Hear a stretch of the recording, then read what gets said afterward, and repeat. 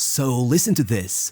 Modric's childhood story is something out of this world, so absurd, it seems like it came straight out of a movie. The fact that he went on to become one of the all-time greats after going through so much is mind-blowing. Right from the start, war took over his country, his grandpa was taken by enemy troops, his house was burnt down, and he was forced to become a refugee, surviving in underground bunkers, and through all of that, he still managed to show off his talent, but regardless, for years he was denied the chance. But he kept pushing and eventually hit the jackpot. And still, the tragedies didn't stop there. Even in the year in which he went on to win the Ballon d'Or, he was hated by many in his home country and was nearly sent to prison. This is the incredible story of Luka Modric. Enjoy. Once, Luka Modric was asked if his children knew the story of his life, and he replied, "No, I haven't told them about it. They've seen my old house, but they don't know what happened there. They're too young and they're not ready to know." I guess you're probably wondering what happened there as well. So that house, his childhood home he was talking about, is now destroyed.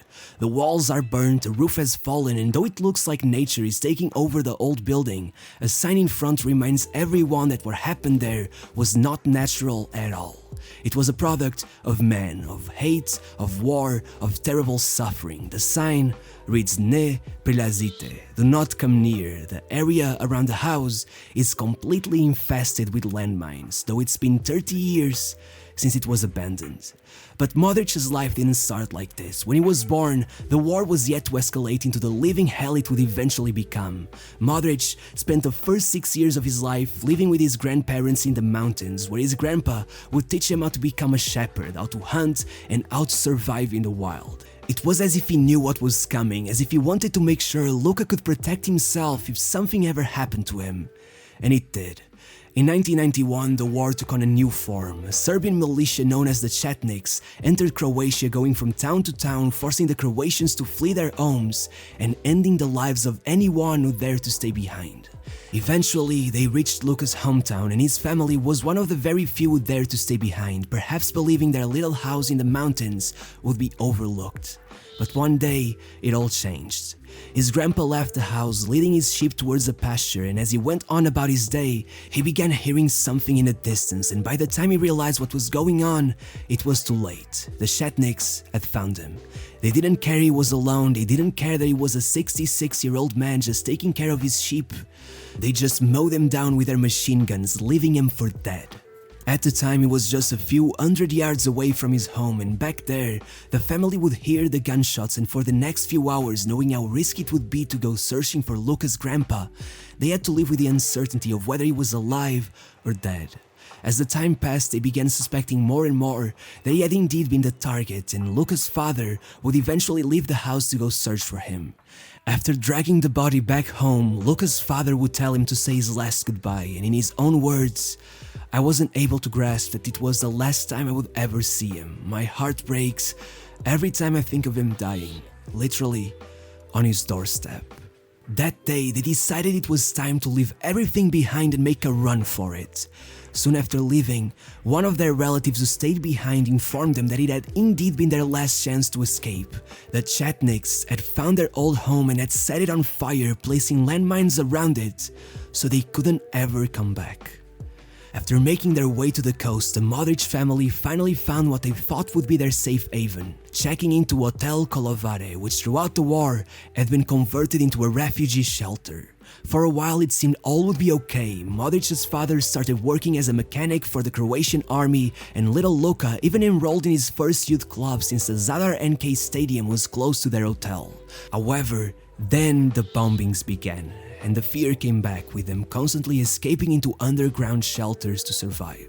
Regardless, whenever football practice wasn't cancelled, Luka left everyone in awe. They all worried that perhaps he would be too small and frail, but as his first coach would be quoted saying, the ball seemed to stick to his foot, and they all felt that his trauma had brought him a certain roughness that other players his age didn't have. His first coach even recalls that his family was so poor once they arrived in town that they could not even afford to buy him shin guards. Instead, it would be Luka's father who would make them himself out of wood planks. things. Regardless, as the war came to an end, Luka, despite being only 10, began getting his first big opportunities. First, traveling to Hajduk with his family without the knowledge of his local club, but after seeing him play, they would send him away claiming they couldn't see this boy going anywhere. Despite his local coach eventually finding out about this trip, he didn't resent Luka or his family. Instead, he understood his need for a new stage in his young career and took him to Zdravko Mamić, who at the time was just a football agent but would go on to become one of the most influential men in Croatian football, as well as the biggest stain in Modric's career. Still, against all odds, he took the word of a complete stranger and took Luka under his wing, setting up his first ever transfer to Dinamo Zagreb when he was only 15. Once there, he was housed with two roommates in similar situations, Didic and Landeka. The three became extremely close throughout the years, but unfortunately, once they turned 18, they were hit with some pretty harsh news. They were going to be loaned out to Zrinjski Mostar in the Bosnian League, a league so physically punishing they say players are sent there when clubs want to get rid of them. With Modric being known for not being the strongest of players, they were expecting him to fail miserably. However, he would become the club's savior, rescuing them from relegation, with Modric himself shocking everyone by winning the award for the league's best player, despite him being only 18, playing in a league that was too tough for him and his team finishing in the bottom half. It was a career-defining achievement, but still Zagreb weren't fully convinced, sending him on another loan to Inter Zaprezic, a smaller Croatian team. But what is funny about it is that Modric was so dominant in his time with his team that halfway through the season they were second place in the first stage of the Croatian league, with Modric winning the award for Young Player of the Year, while Zagreb would literally go through one of their worst seasons ever, fighting for their lives in the relegation playoffs, which they might have not survived if Modric hadn't came back to save them. Once the season was over, Modric got his first bit of money and he didn't even think twice before spending it on buying his family a flat in Zadar so they could finally live comfortably again. Over those 3 years, Modric paired up with players like Lovren, Korluka, the often forgotten wonder kid Eduardo da Silva, and eventually even Mandzukic, leading Dinamo to perform an incredible comeback from finishing 7th to winning the league 3 years in a row, with Modric winning the Player of the Year award twice, finishing his last league season at the club with 13 goals and 11 assists, about 1 goal contribution every 82 minutes, winning the league by a margin of 28 points. He set himself up as one of the most impressive young talents in Europe, attracting interest from the likes of Barcelona, Arsenal, Manchester City and Chelsea, but instead, Modric opted to sign for Tottenham, who offered an impressive sum of £16.5 million for the player, making him their most expensive signing of all time. Unfortunately, at first everything went wrong, from an injury in his knee right on his 4th match to being played out of position, and above all, Tottenham going through a period of horrible form with only 1 win in his first 10 matches. This led many to question his talent, but after the arrival of Harry Redknapp, everything changed. The new coach fell in love with him, building the team around him, which instantaneously turned their form around, now going on 10 matches with only 1 single defeat. The following season, despite literally breaking his leg, he would go on to impress even further, with Redknapp saying, "He's a manager's dream, trains like a demon and never complains, he could get into any team in the top 4. And he would clearly be proven right, as Tottenham would actually end up finishing top 4 for the first time in 21 years, qualifying for their first ever Champions League. Then, paired up with Gareth Bale, the two would go on a crazy Champions League run, defeating Inter and AC Milan, with Bale being named the league's Player of the Year, despite Modric being named the club's Player of the Year, with even Sir Alex mentioning that in his opinion Modric had been superior. At this point, Modric started showing his more controversial side, trying to force a transfer to Chelsea, first through public statements and then by literally refusing to play the first match of the season, but still, Tottenham would reject every offer, forcing him to stay for 1 more year.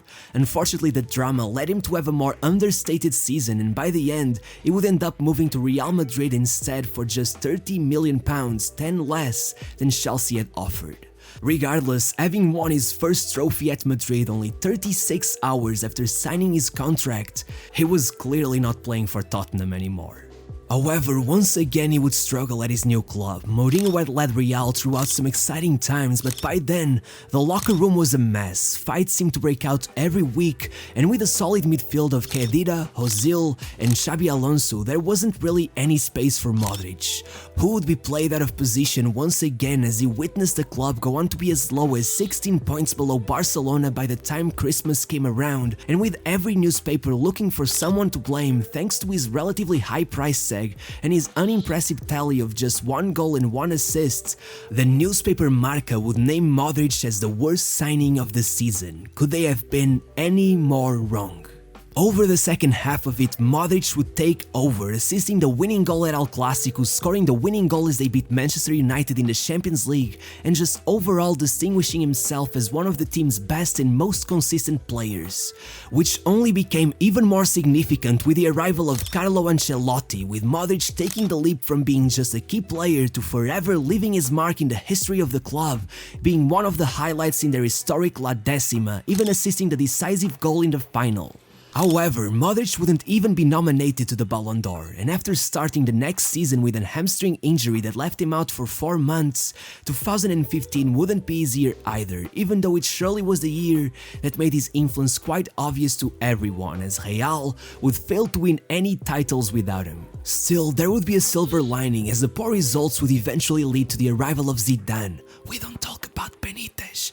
And set off one of the most dominant teams in modern football, winning the Champions League right on their first year, with Zidane describing Modric as a master of the game, the connector that makes this team possible. The sort of praise that would finally earn him his first Ballon d'Or nomination, even if he would only get 1 point. But worry not, because the following season a second Champions League final would come, this time even with an assist in the final that would not only bump him up to a 5th place finish, but also earn him the UEFA Midfielder of the Year award.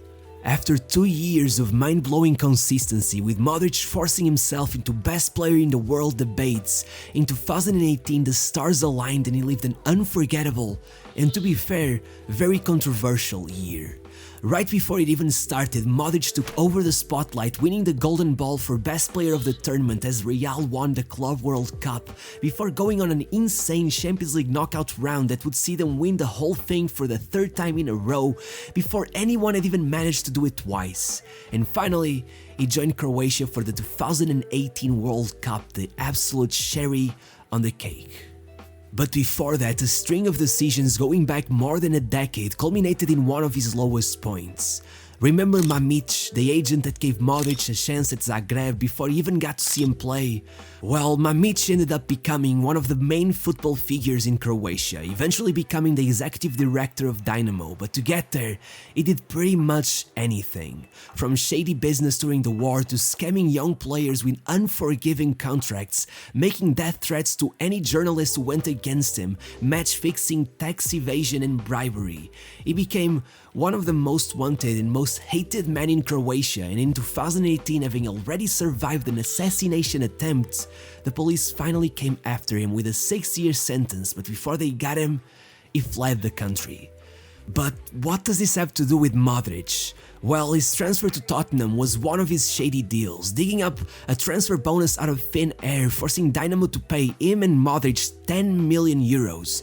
And Modric at first came out in public denouncing everything he had done, but when the time to speak in court came, he backtracked on every statement he had made, which was already a bad look but became much worse when Mamić ended up being sentenced for good, with Modric being charged with perjury and facing trial with the potential to get up to 5 years in prison if found guilty. Why he decided to lie in court seems unclear, but after lining himself up besides Mamić, Modric became a nationwide disappointment. There were chants being sung, public figures speaking up against him, and someone even put up a huge graffiti in the hotel he grew up in, saying Modric is Mamic's. Being threatened with 5 years in prison and with the whole country against him, no one thought that Modric had any chance at performing in the World Cup. Before his first game, the first question of the press conference was how he felt regarding the trial. Modric didn't like it one bit and hit back saying, "You got nothing smarter to ask?" As the tournament started, he immediately took over, being named the group stage's best player as he led Croatia to top a World Cup group for the first time in their history. In the last 16, despite him missing a late penalty, Croatia would still go through, and then his incredible performances against Russia and England helped them to their first ever World Cup final, where Croatia finally fell, losing 4-2 to France, with another great performance by Modric that cemented his place as the tournament's best player, leading him to win the Golden Ball.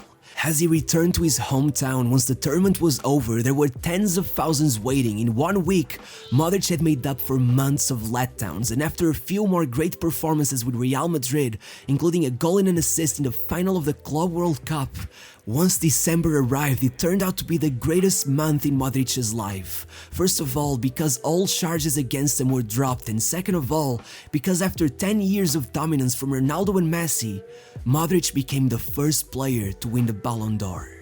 It was a controversial one, and I'm sure many of you will make sure to point that out in the comments, but regardless, that's not the point of this video. The point is well summed up in this quote by Modric himself.